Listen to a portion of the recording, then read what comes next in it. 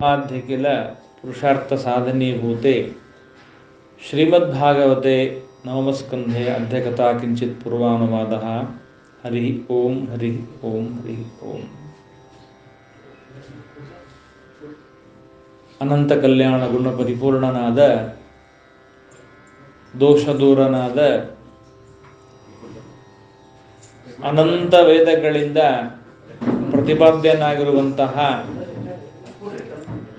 ರಮಾ ಬ್ರಹ್ಮಾದಿಗಳಿಗಿಂತಲೂ ಕೂಡ ಅಚಿಂತ್ಯ ಶಕ್ತಿ ಸಂಪನ್ನನಾದ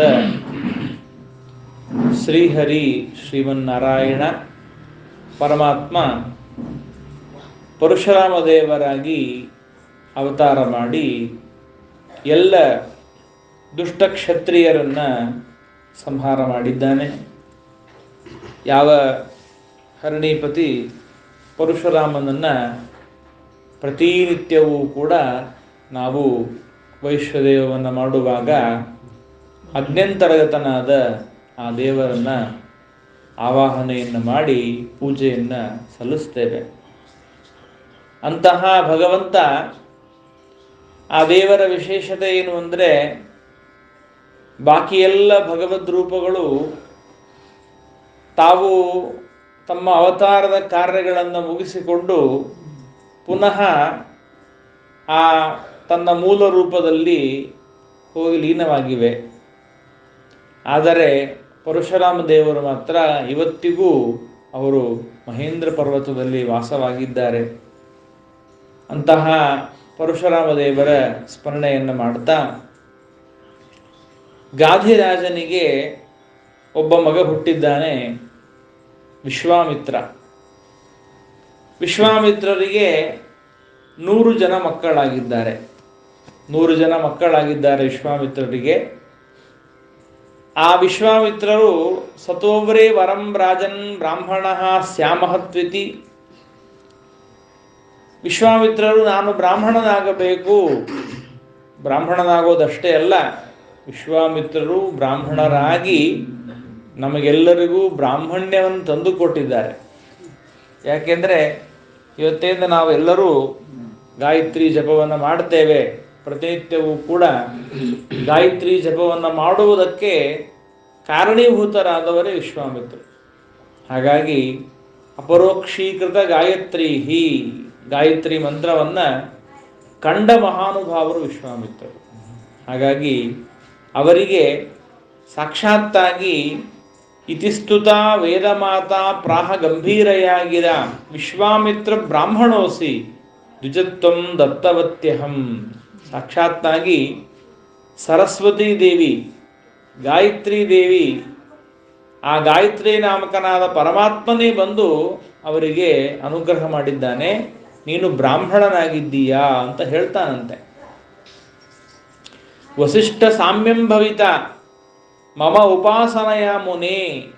ನೀವು ವಸಿಷ್ಠರಿಗೆ ಸಮಾನರಾಗ್ತೀರಾ ನನ್ನ ಉಪಾಸನೆಯನ್ನು ಮಾಡಿದ್ದರಿಂದ ಅಂತ ಹೇಳಿ, ಮತ್ತೆ ಸಾಕ್ಷಾತ್ತಾಗಿ ಗಾಯತ್ರಿ ದೇವಿ ಅರ್ಥಾತ್ ಬ್ರಹ್ಮದೇವರ ಪತ್ನಿಯೇ ಅನುಗ್ರಹವನ್ನು ಮಾಡಿದ್ದಾರೆ ಅಂತ ಕಾವೇರಿ ಮಹಾತ್ಮ್ಯ, ಕಾವೇರಿ ನದಿ ಏನಿದೆ ಆ ಕಾವೇರಿ ನದಿಯ ಮಹಿಮೆಯಲ್ಲಿ, ಮಹಾತ್ಮ್ಯದಲ್ಲಿ ಈ ವಿಷಯ ಬರ್ತದೆ. ಅದನ್ನು ಸತ್ಯಧರ್ಮತೀರ್ಥ ಶ್ರೀಪಾದಂಗಳವರು ಇಲ್ಲಿ ತೆಗೆದುಕೊಂಡು ಬರ್ತಾರೆ. ಇನ್ನು ಅದೇ ರೀತಿಯಾಗಿ ಬ್ರಹ್ಮರ್ಷೈ ಸ್ವಾಗತಂ ದೇಸ್ತು ತಪಸಾಸ್ಮಿ ಸುತೋಷಿತಃ. ಬ್ರಹ್ಮದೇವರು ಕೂಡ ವಿಶ್ವಾಮಿತ್ರರಿಗೆ ಹೇಳ್ತಾರೆ, ನೀನು ಬ್ರಹ್ಮರ್ಷಿಯಾಗಿದ್ದೀಯಾ ಅಂತ. ಈ ಮಾತನ್ನು ರಾಮಾಯಣದಲ್ಲೂ ಕೂಡ ನಾವು ಕೇಳ್ತೇವೆ. ಉದ್ಯೋಗ ಪರ್ವದಲ್ಲಿ ಅಲ್ಲೂ ಕೂಡ ಈ ಮಾತನ್ನು ತಿಳಿಸ್ತಾರೆ. ವಿಶ್ವಾಮಿತ್ರರಿಗೆ ಹೇಗೆ ಬ್ರಾಹ್ಮಣ್ಯ ಬಂತು ಅನ್ನೋದನ್ನು ತಿಳಿಸ್ತಾರೆ. ಅಂತಹ ಮಹಾನುಭಾವರು ವಿಶ್ವಾಮಿತ್ರ ಋಷಿಗಳು. ಅಂದರೆ ವಿಶ್ವಾಮಿತ್ರ ಋಷಿಗಳು ಒಂದೊಂದು ದಿಕ್ಕಿನಲ್ಲಿ 10,000 ವರ್ಷ ತಪಸ್ಸು ಮಾಡಿದ್ದಾರೆ. ಒಂದು ದಿಕ್ಕಿನಲ್ಲಿ 10,000 ವರ್ಷ ತಪಸ್ಸು ಮಾಡಿದ್ದಾರೆ. ಒಂದು ದಿಕ್ಕಿನಲ್ಲಿ ಹೋಗಿ ತಪಸ್ಸು ಮಾಡಿ ಬರಬೇಕು, ಏನೋ ವಿಘ್ನ ಬರಬೇಕು, ತಪಸ್ಸೆಲ್ಲ ಅಲ್ಲಿ ಅವ್ರ ತಪಸ್ಸನ್ನು ಮತ್ತೆ ತಪಸ್ಸಿನ ಪುಣ್ಯವನ್ನು ಅಲ್ಲಿ ಕೊಡಬೇಕು. ಹೀಗಾಗಿ ಆಗಿ ಆಗಿ ಕೊನೆಗೆ ಅವರಿಗೆ ಬ್ರಾಹ್ಮಣ್ಯ ಬಂದಿದೆ. ಯೋಚನೆ ಮಾಡಿ, ತತ್ರಾಪಿ ಜನ್ಮ ಶತಕೋಟಿಷು ಬ್ರಾಹ್ಮಣತ್ವಂ.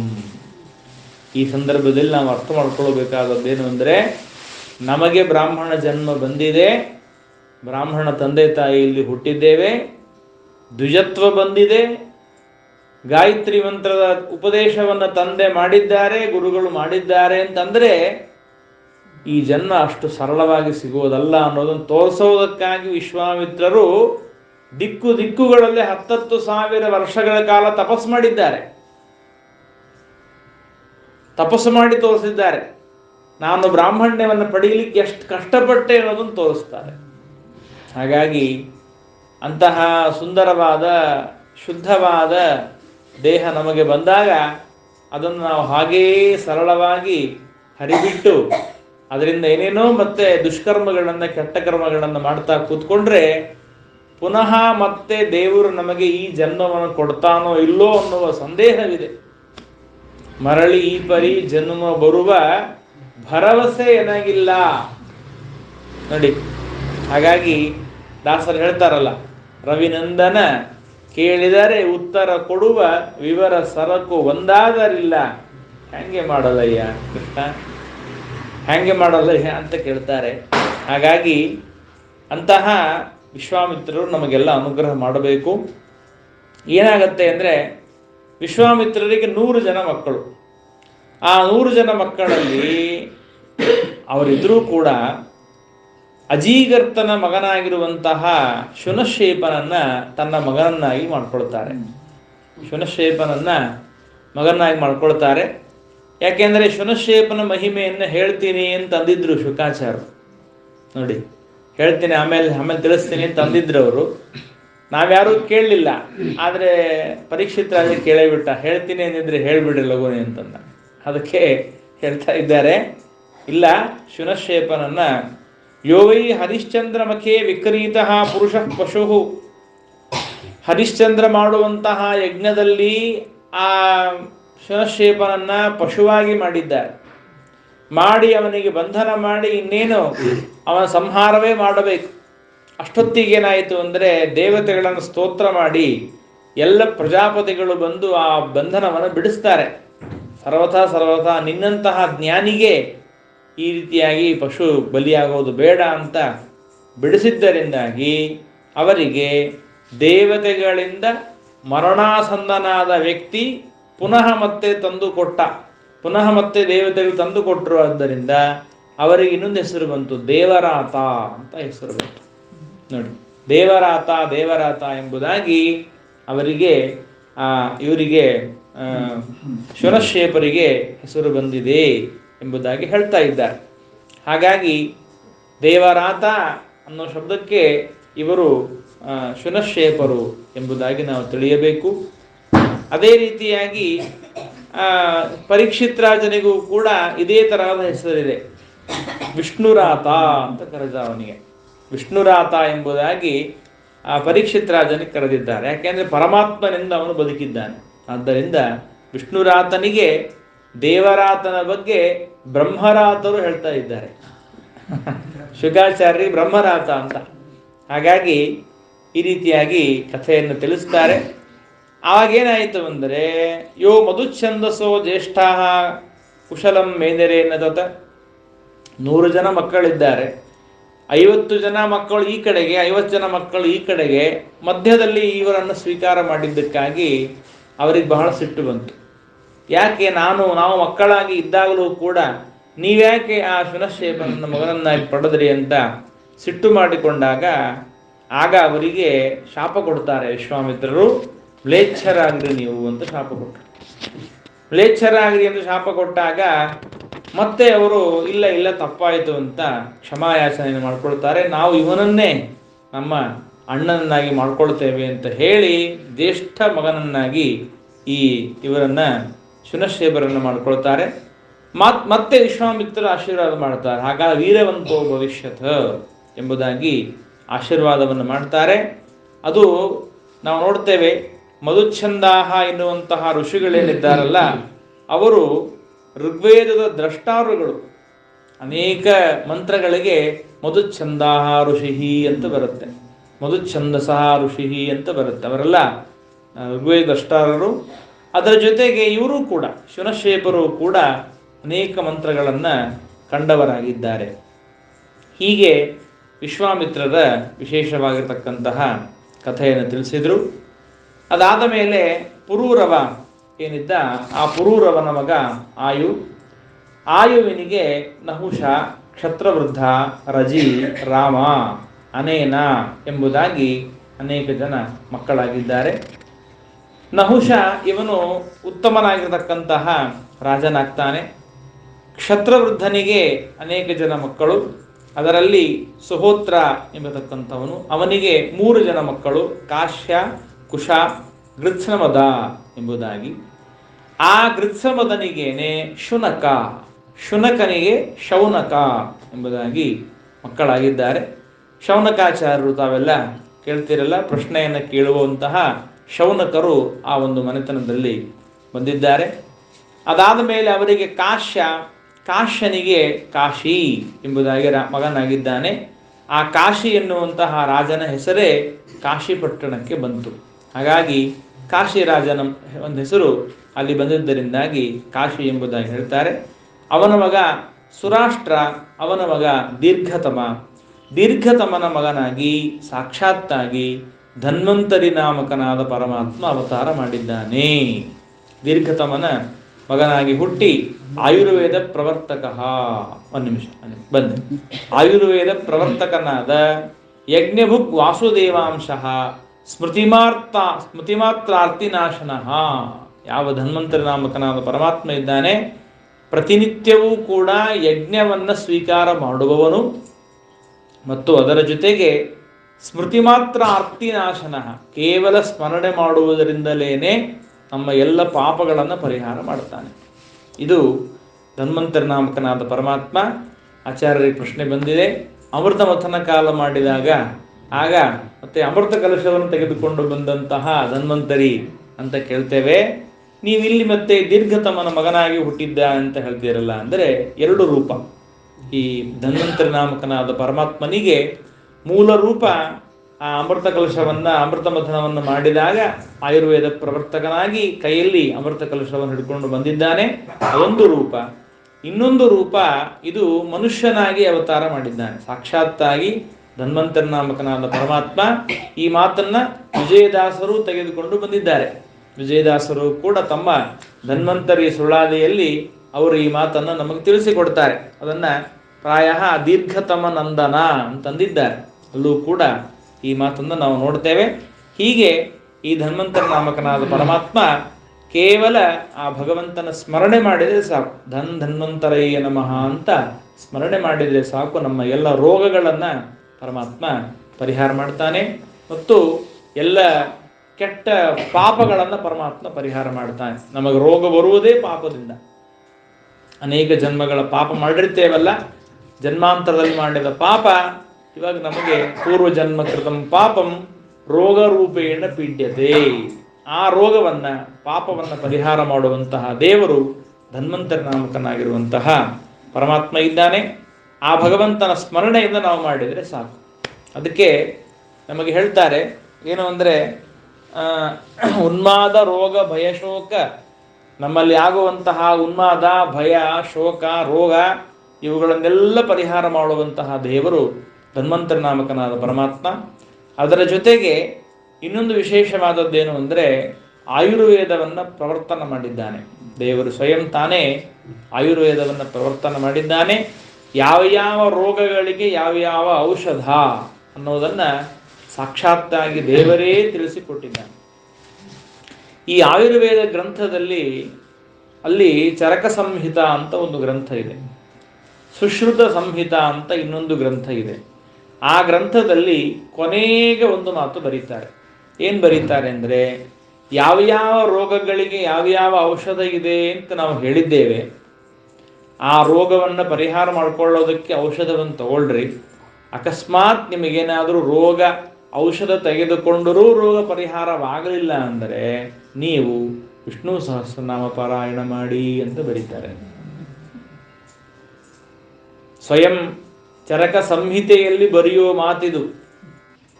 ಅಲ್ಲಿ ಈ ಮಾತನ್ನು ಹೇಳ್ತಾರೆ, ನಿಮಗೆ ರೋಗ ಪರಿಹಾರವಾಗಲಿಲ್ಲ ಅಂದರೆ ಆಗ ನೀವೇನು ಮಾಡಬೇಡಿ, ದೇವರ ನಾಮಸ್ಮರಣೆಯನ್ನು ಮಾಡಿ, ಅದರಿಂದಲೇ ಪಾಪ ಪರಿಹಾರವಾಗ್ತದೆ, ಅದರಿಂದಲೇ ರೋಗ ಪರಿಹಾರವಾಗ್ತದೆ. ಆದ್ದರಿಂದ ಭಗವಂತನ ನಾಮದಲ್ಲಿ ಅಷ್ಟು ಅದ್ಭುತವಾಗಿರುವಂತಹ ಮಹಿಮೆ ಇದೆ. ದೇವರ ನಾಮಸ್ಮರಣೆಯನ್ನು ಮಾಡಿದರೆ ಸಕಲ ಪಾಪಗಳು ದೂರ ಓಡಿ ಹೋಗ್ತವೆ.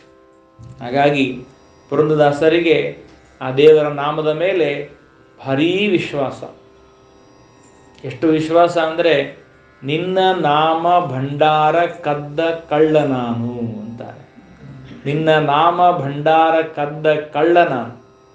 ಕಳ್ಳನಿಗೇನು ಮಾಡ್ತಾರೆ? ಸೆರೆಮನೆಯಲ್ಲಿ ಹಾಕ್ತಾರಲ್ಲ, ವೈಕುಂಠವೆಂಬ ಸೆರೆಮನೆಯಲ್ಲಿ ಇಡು, ವೈಕುಂಠವೆಂಬ ಸೆರೆಮನೆಯಲ್ಲಿಟ್ಟು, ಆ ಸೆರೆಮನೆಯಲ್ಲಿಟ್ಟಾಗ ಕಳ್ಳನಿಗೆ ಏನು ಮಾಡ್ತಾರೆ? ಬರ್ಚಿಯಿಂದ ಚುಚ್ಚುತ್ತಾರಲ್ಲ, ನಿನ್ನ ನಾಮ ಮುದ್ರೆಗಳಿಂದ ಚುಚ್ಚಿ ಹೊಡೆಯೋ ಪುರಂದರ ವಿಠಲ ಅಂತಾರೆ. ಮುನಿದರೆ ಮುನಿ, ನಿನ್ನ ನಾಮ ಒಂದೇ ಸಾಕು, ನೀನ್ಯಾಕೋ ನಿನ್ನ ಹಂಗ್ಯಾಕೋ, ನಿನ್ನ ನಾಮದ ಬಲ ಹೊಂದಿದ್ದರೆ ಸಾಕು. ನಾರಾಯಣನೆಂಬ ನಾಮದ ಬೀಜವ ನಾರದ ಬಿತ್ತಿದ ಧರೆಯೊಳಗೆ. ಒಂದೇ ಎರಡೇ ದೇವರ ನಾಮಸ್ಮರಣೆಯ ಬಗ್ಗೆ ಅಷ್ಟು ಮಾತುಗಳನ್ನು ನಮಗೆ ತಿಳಿಸ್ತಾರೆ. ಅದರ ಅಭಿಪ್ರಾಯ, ಆ ನಾಮದ ಅರ್ಥವನ್ನು ತಿಳ್ಕೊಂಡು ನಾವು ಅನುಸಂಧಾನ ಪೂರ್ವಕವಾಗಿ ಸ್ಮರಣೆ ಮಾಡಬೇಕು ಅಂತ ಅರ್ಥ. ಅಂತಹ ಧನ್ವಂತರಿ ನಾಮಕನಾದ ಪರಮಾತ್ಮ ಅವತಾರ ಮಾಡಿದ್ದಾನೆ. ಇಲ್ಲಿ ಒಂದು ವಿಶೇಷ ತಿಳಿಸ್ತಾರೆ, ಯಜ್ಞಭುಕ್.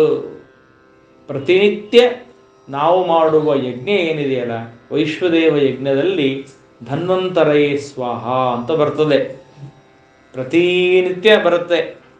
ವೈಶ್ವದೇವ ಮಾಡುವಾಗ ಆ ಏನು ಆಹುತಿಗಳನ್ನು ನಾವು ಹಾಕ್ತೇವೆ, ಸೂರ್ಯಾಯ ಸ್ವಾಹ ಅಂತ ಪ್ರಾರಂಭ ಮಾಡಿ ಏನು ಹಾಕ್ತೇವೆ, ಅದರಲ್ಲಿ ಧನ್ವಂತರಿ ನಾಮಕನಾದ ಪರಮಾತ್ಮನಿಗೆ ಪ್ರತಿನಿತ್ಯ ನಾವು ಆಹುತಿಯನ್ನು ಕೊಡಲೇಬೇಕು.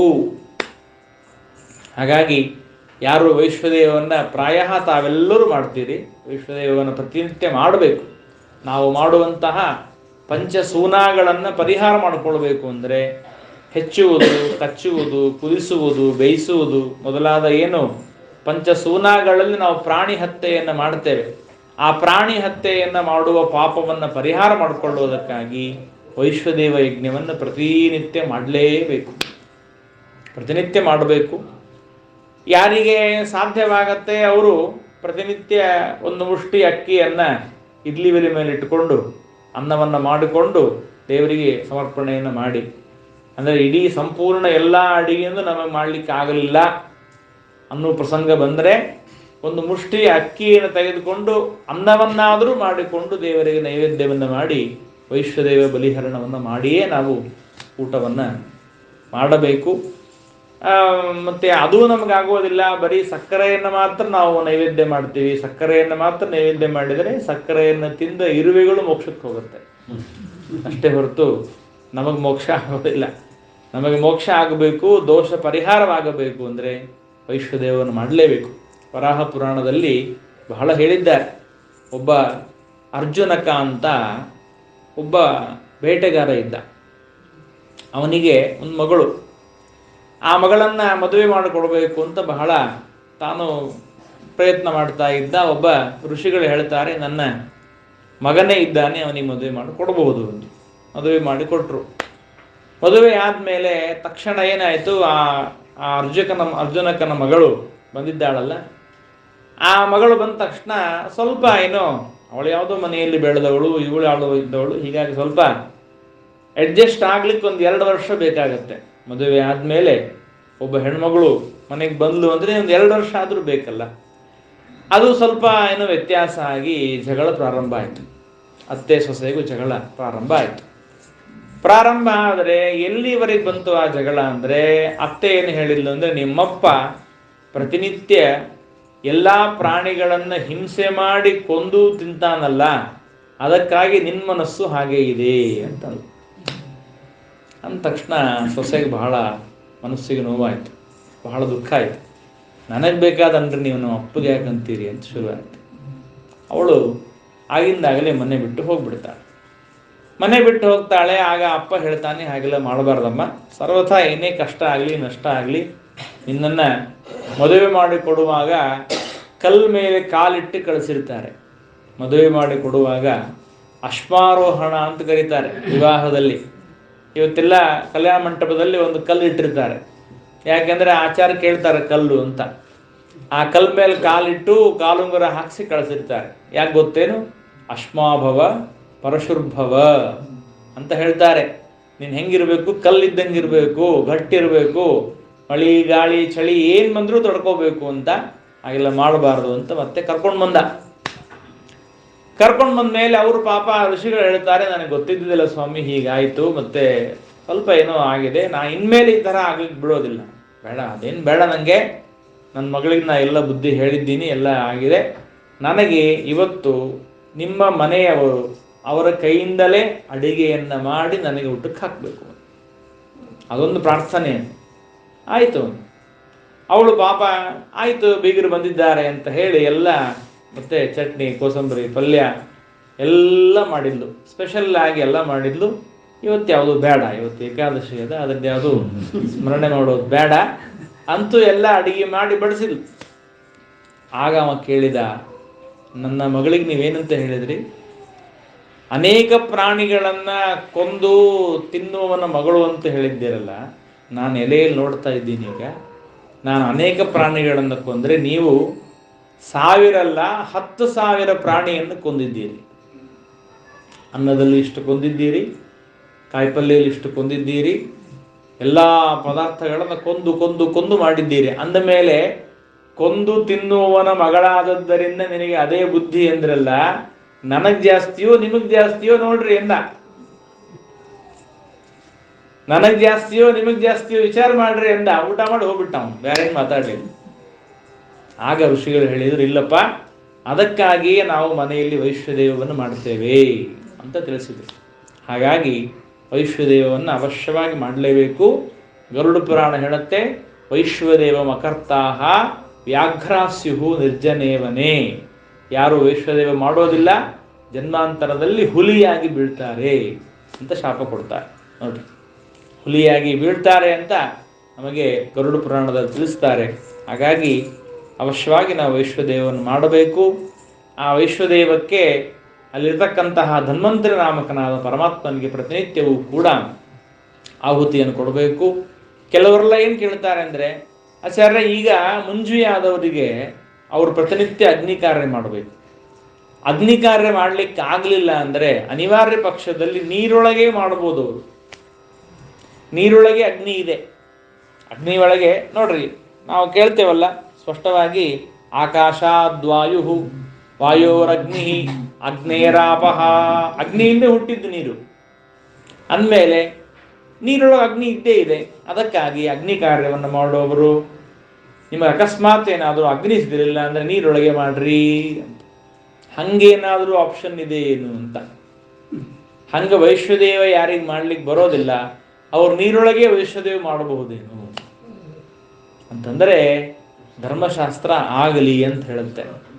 ಅವಶ್ಯವಾಗಿ ಆಗಲಿ, ಅವಶ್ಯವಾಗಿ ಮಾಡಬಹುದು. ಆದರೆ ಒಂದು ಕ್ವಶನ್ ಮಾರ್ಕ್ ಇಡುತ್ತೆ. ಏನು ಅಂದರೆ, ಯಾರು ಕೇವಲ ನೀರು ಕುಡಿದುಕೊಂಡೇ ಜೀವನ ಮಾಡ್ತಾರೆ, ಯಾರು ಕೇವಲ ನೀರು ಕುಡ್ಕೊಂಡೇ ಜೀವನ ಮಾಡ್ತಾರೆ, ಅವ್ರು ನೀರೊಳಗೆ ವೈಶ್ವದೇವ ಮಾಡಬಹುದು. ಯಾರು ಕೇವಲ ಹಣ್ಣನ್ನು ಮಾತ್ರ ತಿಂದಿರ್ತಾರೆ, ಅವರು ಹಣ್ಣೇ ಮಾಡೋದು ವೈಶ್ವದೇವ. ಆಗಿನ ಕಾಲದಲ್ಲಿ ಅಭಕ್ಷಾಹ ವಾಯುಭಕ್ಷಾಹ ಋಷಿಗಳಿದ್ರು, ಅವರೆಲ್ಲ ಹಂಗೆ ಇದ್ರು, ಬರೀ ಹಣ್ಣು ಮಾತ್ರ ತಂದ್ಕೊಂಡಿದ್ರು, ಹಣ್ಣನ್ನೇ ವೈಶ್ವದೇವ ಮಾಡ್ತಿದ್ರು. ಹಾಗೆ ನೀವು ಯಾವ ಪದಾರ್ಥವನ್ನು ತಿಂತೀರಿ, ಯಾವುದು ನಿಮಗೆ ಅತ್ಯಂತ ಮುಖ್ಯವಾದ ಅನ್ನವಾಗಿದೆ, ಅದನ್ನು ನೀವು ವೈಶ್ವದೇವವನ್ನು ಮಾಡಲೇಬೇಕು. ಆದ್ದರಿಂದ ನೀರೊಳಗೆ ಮಾಡ್ತೀನಿ ನಡೆಯೋದಿಲ್ಲ, ಮನಸ್ಸಿಂದ ಮಾಡಿಬಿಡ್ತೀನಿ, ನಾವೆಲ್ಲ ಮನಸ್ಸಿಂದ ಮಾಡಿಬಿಡ್ತೀವಿ ಅಂತ. ಎಲ್ಲ ಮನಸ್ಸಿಂದ ಆಗ್ತದೆ, ಎಲ್ಲ ಮನಸ್ಸಿಂದ ಆಗತ್ತೆ ಅಂತ ಹೇಳಿ ಮನಸ್ಸಿಂದ ಮಾಡೋದಲ್ಲ. ಹಾಗಾಗಿ ಮನಸ್ಸು ಇಟ್ಟು ಮಾಡೋದಷ್ಟೇ, ಮನಸ್ಸಿಂದ ಮಾಡೋದಲ್ಲ.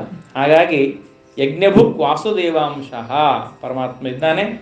ಅವನ ಮಗ ಕೇತುಮಾನ್ ಅಂತ ಹೇಳ್ತಾರೆ. ಅವನಿಗೆ ದಿವೋದಾಸ, ಅವನಿಗೆ ಶತ್ರುಜಿತ್, ಋತಧ್ವಜ, ಕೋಲೆಯಾಶ್ವ ಹೀಗೆ ಹೇಳ್ತಾರೆ. ಮುಂದೆ ಅಲರ್ಕ ಎಂಬತಕ್ಕಂಥ ಒಬ್ಬ ರಾಜನಾಗ್ತಾನೆ. ಈ ಅಲರ್ಕ ಎನ್ನುವ ರಾಜ ಚಂದ್ರವಂಶದಲ್ಲಿ 60 ವರ್ಷ ಸಹಸ್ರಾಣಿ ಷಷ್ಟಿ ವರ್ಷ ಶತಾನಿಚ, 60,000 ವರ್ಷ ಬದುಕಿದ್ದಂಥವನು ಅಲರ್ಕ ಎನ್ನುವಂತಹ ರಾಜ. ಅವನಿಗೆ ವಿಶೇಷವಾಗಿ ಮತ್ತೆ ದೇವತೆಗಳು ಬಂದು ಆಶೀರ್ವಾದ ಮಾಡ್ತಾರೆ. ಏನಂತ? ಲೋಪಾಮುದ್ರ, ಯಾವ ಅಗಸ್ತ್ಯರ ಬಡದಿಯಾದ ಲೋಪಾಮುದ್ರ ಇದ್ದಾಳೆ, ಅವಳು ಆಶೀರ್ವಾದ ಮಾಡಿದ್ಲಂತೆ, ನಿನಗೆ ಒಟ್ಟಾರೆ ಜರಾನೇ ಬರೋದು ಬೇಡ ಅಂತ. ಹಾಗಾಗಿ ಅಷ್ಟು ವರ್ಷಗಳ ಕಾಲ ಅವನು ಬದುಕಿದ ಎಂಬುದಾಗಿ ಹೇಳ್ತಾರೆ. ಅದರ್ಕನಿಂದ ಸುನೀತ, ಸುಕೇತನ, ಧರ್ಮಕೇತು, ಸತ್ಯಕೇತು ಎಂಬುದಾಗಿ ರಾಜರಾಗಿದ್ದಾರೆ. ಇವರೆಲ್ಲ ಕಾಶಿ ರಾಜನ ಮಕ್ಕಳಾಗಿ ಬಂದರು. ಆ ಕಾಶಿ ಎನ್ನುವಂಥ ರಾಜನಿಂದಲೇ ಮಕ್ಕಳಾಗಿ ಇತೀಮೇ ಕಾಶ್ಯಜ ಪುತ್ರಾಹ ಎಂಬುದಾಗಿ ತಿಳಿಸ್ತಾರೆ. ಮುಂದೆ ಅವರ ವಂಶದಲ್ಲಿ ತತಃಶಾಂತರಯೋ ಜಜ್ಞೆ ಕೃತಕತ್ಯಸ್ಯ ಆತ್ಮಾನ್ ರಜಿ ಎನ್ನುವಂಥ ರಾಜನಾಗ್ತಾನೆ. ರಜಿ ಎನ್ನುವಂಥ ಒಬ್ಬ ದೊಡ್ಡ ರಾಜನಾಗ್ತಾನೆ. ಈ ರಜಿ ರಾಜ ಏನಾಗ್ತಾನಲ್ಲ, ಇವನು ಇಷ್ಟು ಪರಾಕ್ರಮಿಯಾಗಿರ್ತಾನೆ, ಇವನನ್ನ ದೇವತೆಗಳು ಬಂದು ಬೇಡ್ಕೊಳ್ತಾರೆ, ನೀ ಬಂದು ನಮ್ಮ ಜೊತೆಗೆ ಮತ್ತೆ ಸಹಾಯ ಮಾಡಬೇಕು ದೈತ್ಯರನ್ನು ಸಂಹಾರ ಮಾಡಲಿಕ್ಕೆ. ಆದರೆ ರಜಿ ಒಂದೇನು ಮತ್ತೆ ತಾನು ನಿಯಮ ಇಡ್ತಾನೆ ಅಂತಂದರೆ, ದೈತ್ಯರು ಬಂದು ಕೇಳಿದ್ದಾರೆ, ಅವ್ರ ಜೊತೆಗೂ ಯುದ್ಧ ಮಾಡಬೇಕು ಅಂತ, ಸಹಾಯ ಮಾಡ್ರಿ ಅಂತ ನೀವು ಕೇಳಿದ್ದೀರಿ. ನಾನು ದೈತ್ಯರಿಗೂ ಇದೇ ಹೇಳಿದೆ, ನೋಡಪ್ಪ, ನಾನು ನಿಮ್ಮನ್ನ ಗೆಲ್ಲಿಸ್ಕೊಡ್ತೀನಿ, ನನ್ನನ್ನ ನೀವು ಮತ್ತೆ ನಿಮ್ಮ ರಾಜನಾಗಿ ಮಾಡಬೇಕು, ಚಕ್ರವರ್ತಿಯಾಗಿ ಮಾಡಬೇಕು ಅಂದ್ರೆ ನಾನು ನಿಮ್ಮ ಜೊತೆ ಬರ್ತೀನಿ ಅಂತ ಹೇಳಿದೆ. ದೈತ್ಯರಂದು ನಮಗೆಲ್ಲ ಬಲಿ ಇದ್ದಾನೆ, ನಾವೆಲ್ಲ ಬಲಿನ ಬಿಡ್ಲಿಕ್ಕೆ ಸಾಧ್ಯ ಇಲ್ಲ, ನೀ ಬೇಕಾದ್ರೆ ಹೇಳ್ಬೇಕಾದ್ರೆ ಹೋಗು ಅಂತಂದಾರೆ. ಅದೇ ಆಯ್ತು. ಆವಾಗ ಇಂದ್ರದೇವರಿಗೆ ಬಂದು ಹೇಳ್ತಾನೆ. ಇಂದ್ರದೇವರಂದ್ರು, ಏನು ಮಾಡಬೇಕು? ನಾನು ನಿಮ್ಗೆ ಗೆಲ್ಲಿಸ್ಕೊಡ್ತೀನಿ, ನಿಮ್ಮ ರಾಜನನ್ನಾಗಿ ನಾನು ಮಾಡಬೇಕು, ನನ್ನನ್ನೇ ಇಂದ್ರನನ್ನಾಗಿ ಮಾಡೋದಾದ್ರೆ ನಿಮ್ಮ ಜೊತೆಗೆ ಬರ್ತೀನಿ ಅಂತ. ದೇವತೆಗಳಂದ್ರು ಸರಿ ಆಯ್ತು ಬಾ ಅಂದ್ರು. ನೋಡ್ರಿ, ಬಾ ಅಂದ್ರು. ಆಮೇಲೆ ಏನಪ್ಪಾ ಅಂದ್ರೆ ಮತ್ತೆ ವಿಶೇಷವಾಗಿ ಗೆಲ್ಸಿದ ಎಲ್ಲ ಆಯ್ತು. ಆಮೇಲೆ ದೊಡ್ಡ ಸಭಾ ಮಾಡಿದ್ರು. ಸಭಾ ಮಾಡಿ ಆಮೇಲೆ ಇಂದ್ರದೇವರಿಗೆ ಅನೌನ್ಸ್ ಮಾಡಿಬಿಟ್ರು. ಅಂದರೆ ರಜಿ ಮಹಾರಾಜರು ನಮಗೆಲ್ಲರಿಗೂ ಕೂಡಿ ನಮ್ಮನ್ನು ವಿಜಯಶಾಲಿಯಾಗಿ ಮಾಡಿದ್ದಾರೆ, ಅವರಿಗೆ ನಾವು ವಿಶೇಷವಾಗಿ ರಾಷ್ಟ್ರಪತಿತ್ವವನ್ನು ಕೊಡ್ತೀವಿ ಅಂತ ನಾಮಕಾವಾಸ್ತೆ ಮಾಡಿಬಿಟ್ರು. ಅವನ್ನ ಅವರು ರಾಷ್ಟ್ರಪತಿಯಾಗಿ ಇವರೇ ಪ್ರಧಾನಮಂತ್ರಿ ಆಗಿಬಿಟ್ರು. ಆಗ ರಜಿ ಪಾಪ ಮನಸ್ಸು ಕೊರಗಿ ಸತ್ತೋದ. ಕೊನೆಗೆ ಅವನ ಮಕ್ಕಳೆಲ್ಲ ಏನು ಮಾಡಿದ್ರು ಅಂದರೆ, ಇವರು ಮೋಸ ಮಾಡಿದ್ದಾರೆ ಅಂತ ಹೇಳಿ ತಾವು ಮತ್ತೆ ಭಾರೀ ಪರಾಕ್ರಮಿಗಳಾಗಿ ಬಂದು ಇಂದ್ರದೇವರನ್ನು ಸೋಲಿಸಿ ತಾವೇ ಮತ್ತೆ ಇಂದ್ರ ಪದವಿ ಕೂತ್ಬಿಟ್ರು. ತಾವೇ ಇಂದ್ರ ಪದವಿ ಕೂತಾಗ ಏನು ಮಾಡಬೇಕು ಅಂತ ಆಗ ಇಂದ್ರದೇವರು ಬಂದು ಬೃಹಸ್ಪತ್ಯಾಚಾರ್ಯರಿಗೆ ಬೇಡಿದಾಗ, ಬೃಹಸ್ಪತ್ಯಾಚಾರ್ಯರು ಬಂದು ಸ್ವತಃ ಆ ಯಾವ ರಜಿಯ ಮಕ್ಕಳಿದ್ದಾರೆ ಅವರಿಗೆ ಲೋಕಾಯತನ ಶಾಸ್ತ್ರ, ನಾಸ್ತಿಕ್ಯವಾದವನ್ನ ಉಪದೇಶ ಮಾಡ್ತಾರೆ. ಅವರೇ ಪ್ರಾರಂಭ ಮಾಡಿದ್ದು ಈ ನಾಸ್ತಿಕವಾದ ಚಾರ್ವಾಕ ಮತ ಅಂತೇನು ನಾವು ಕೇಳ್ತೇವೆ. ಚಾರ್ವಾಕ ಮತವನ್ನು ಪ್ರಾರಂಭ ಮಾಡಿದವರೇ ಬೃಹಸ್ಪತ್ಯಾಚಾರ್ಯ. ಅವರೇ ಬಂದು ಕೂತ್ಕೊಂಡು ಆವಿಚಾರ ಯಜ್ಞವನ್ನ ಮಾಡಿ ಅವರಿಗೆಲ್ಲರಿಗೂ ಕೂಡ ಮತ್ತೆ ದೇವರಿಲ್ಲ, ದೇವರು ಸುಳ್ಳು ಎನ್ನುವ ಮತವನ್ನ ತಿಳಿಸಿ ಅವರ ಮತಿಭ್ರಂಶವನ್ನ ಮಾಡಿದ ಮೇಲೆ ಅವರ ಸತ್ವ ಕಮ್ಮಿ ಆಯಿತು. ಅವರಿಗೆ ಮತಿಭ್ರಂಶ ಆದ ಮೇಲೆ, ಅವರು ತಪ್ಪಾಗಿ ದೇವರಿಗೆ ತಿಳ್ಕೊಂಡ ಮೇಲೆ, ಅವರಿಗೆ ಬಲವೇ ಕಡಿಮೆ ಆದ ಮೇಲೆ ದೇವತೆಗಳು ಅವರನ್ನು ಸೋಲಿಸಿಬಿಟ್ಟು ತಾವು ಮತ್ತೆ ರಾಜರಾಗ್ತಾರೆ ಎನ್ನುವ ಮಾತನ್ನು ನಾವು ಕೇಳ್ತೇವೆ. ಇದಕ್ಕೆಲ್ಲ ನಿರ್ಣಯವನ್ನು ನಾವು ಹೇಗೆ ಮಾಡ್ಕೊಳ್ಬೇಕು ಅಂದರೆ, ಅಯೋಗ್ಯ ಮಿಚ್ಚನ್ ಪುರುಷ ಪತತ್ತೇವ ನ ಸಂಶಯ. ಹಿಂದೆಂದಿಗೂ ನಮಗೆ ಅಯೋಗ್ಯವಾದ ಪದವಿಯನ್ನು ನಾವೇನಾದರೂ ಹೊಂದಲಿಕ್ಕೆ ಪ್ರಯತ್ನ ಮಾಡಿದರೆ ಅದು ದೇವರು ಯಾವುದೋ ಒಂದು ಕಾರಣದಿಂದ ನಮ್ಮನ್ನು ಕೆಳಗಿಳಿಸ್ತಾನೆ. ನಮ್ಮ ಯೋಗ್ಯತೆಯನ್ನು ನೋಡಿಕೊಂಡೇ ನಾವು ಅದನ್ನು ಬೇಡಬೇಕು, ಅಪೇಕ್ಷೆ ಪಡಬೇಕು. ಆದ್ದರಿಂದ ಸರ್ವಥಾ ಅದು ತಪ್ಪು ಎನ್ನುವ ಮಾತನ್ನು ನಾವು ಕೇಳ್ತೇವೆ.